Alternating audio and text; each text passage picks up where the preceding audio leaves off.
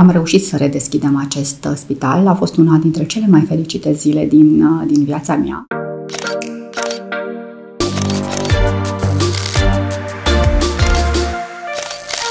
Salut, sunt Camelia Bertea, primar USR în orașul Victoria, județul Brașov. În 2 ani și jumătate de mandat am reușit să redeschidem Spitalul Orășenesc Victoria, am reabilitat și dotat centrul de ambulanță, centrul de permanență, iar pe partea de învățământ am eficientizat și reabilitat în întregime o grădiniță. Liceul teoretic Ion Codru de Gușan este eficientizat la ora actuală și se află într-un proces de reabilitare. Pentru celelalte 2 școli, respectiv Școala Generală și Colegiul Tehnic Dr. Alexandru Bărbat, am început demersurile pentru implementarea proiectelor. Unul dintre proiectele mele de suflet este Spitalul Orășenesc Victoria. Primul lucru pe care l-am făcut în momentul în care am ajuns primar a fost să încep demersurile pentru redeschiderea acestui spital. Iar în anul 2021, un an mai târziu, am reușit să redeschidem acest spital. A fost una dintre cele mai fericite zile din viața mea. A fost o muncă enormă pentru că la redeschiderea acestui spital a participat întreaga comunitate. Victorienii sunt niște oameni inimoși, extraordinari, darnici, cu sufletul foarte mare, iar atunci când le-am cerut ajutorul, au fost acolo. Iar în aproape 4 luni de zile am reușit să redeschidem spitalul și să respectăm toate cerințele impuse. Am primit foarte multe donații pentru spital.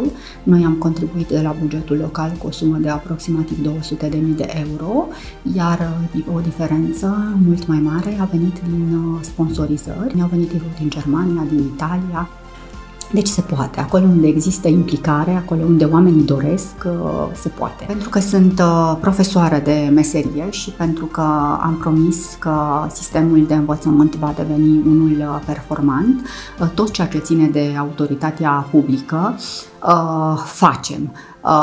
Primul lucru care am început a fost grădinița, o grădiniță de pe strada Mihai Eminescu, unde în prezent învață 65 de copii în 3 grupe, să reabilităm complet.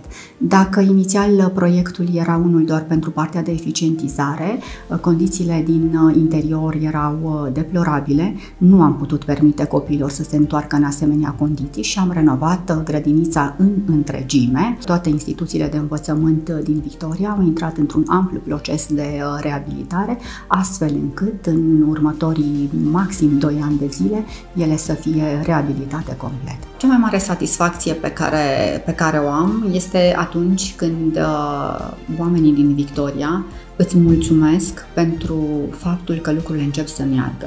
Îți mulțumesc pentru faptul că se tratează la ei acasă, că nu mai sunt nevoiți să facă naveta în alte orașe.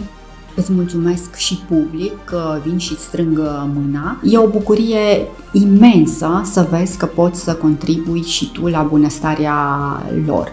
Eu vreau tinerii. Vreau să se implice tinerii. E extrem de important să facă acest lucru. Politica este un factor decisiv, le poate schimba viața, dar nu de pe margine.